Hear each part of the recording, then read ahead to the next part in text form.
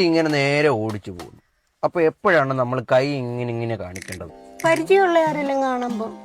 അല്ലെങ്കിൽ അവളമാര് പറയും ഞാൻ വണ്ടിയൊക്കെ മേടിച്ചെങ്കിൽ എനിക്ക് വലിയ ഓവറാണെന്ന്. അത് മതി. പിന്നെ നമ്മളിങ്ങനെ വണ്ടി ഓടിച്ചു പോകുമ്പോൾ റോഡിന്റെ ഒത്ത നടുക്ക് രണ്ട് വണ്ടി ഇടിച്ചു കിടക്കുന്നു. അപ്പൊ നമ്മൾ ഏത് സൈഡ് പിടിക്കും? നമ്മളായിട്ട് ആരുടെയും സൈഡ് പിടിക്കണ്ട. നമുക്കറിയത്തില്ലല്ലോ ആരുടെ ഭാഗത്താ തെറ്റെന്ന്. അതുകൊണ്ട് നമുക്ക് ആരുടെയും സൈഡ് പിടിക്കണ്ട. ഏത് സൈഡിൽ കൂടെ വണ്ടി എടുക്കുമെന്നാണ് ഞാൻ ചോദിച്ചത്. അത് ബ്രേക്ക്, ഇത് ഹാൻഡ് ബ്രേക്ക്. ഈ ഒരു സാഹചര്യത്തിൽ ഏത് ബ്രേക്ക് ഇടും? Lunch break. എനിക്ക് വിശക്കുന്നു. ചോറ് കൊണ്ടുവന്നിട്ടുണ്ടോ? ഇല്ല. എന്നാ പോയി 2 ബിരിയാണി മേടിച്ചോണ്ടു. ഗുരുദക്ഷിണ ഒരു ഡ്രൈവിംഗ് സ്കൂളിലും പഠിപ്പിക്കാത്ത ഒരു കാര്യമാണ്. ശരിയായ രീതിയിൽ എങ്ങനെ അടവെക്കാം. പലയിടത്തും പല രീതിയില്ല.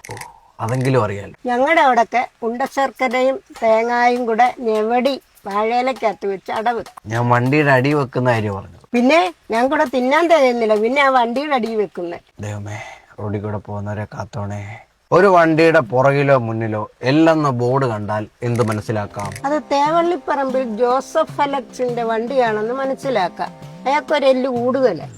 ഇങ്ങനെ പോയാൽ എല്ല് കുറയും. ഇതെല്ലാം പഠിച്ചു കഴിഞ്ഞ് അവസാനം നമ്മൾ ഡോക്ടറെ കണ്ണ് കാണിച്ച് സർട്ടിഫിക്കറ്റ് മേടിക്കണം. അങ്ങനെ കയ്യും കണ്ണും കാണിച്ചു എനിക്ക് സർട്ടിഫിക്കറ്റ് വേണ്ടടോ. ഞങ്ങളുടെ കുടുംബത്തിൽ അങ്ങനെ ആരും സർട്ടിഫിക്കറ്റ് മേടിച്ചിട്ടും ഇല്ലടോ. അപ്പൊ ലൈസൻസ് എടുക്കണ്ടേ? അങ്ങനെ ഒരു ലൈസൻസ് എനിക്ക് വേണ്ടടോ. ഞാൻ പോവുക. ഇത് എന്തൊക്കെ പുല്ലുങ്ങളായത്?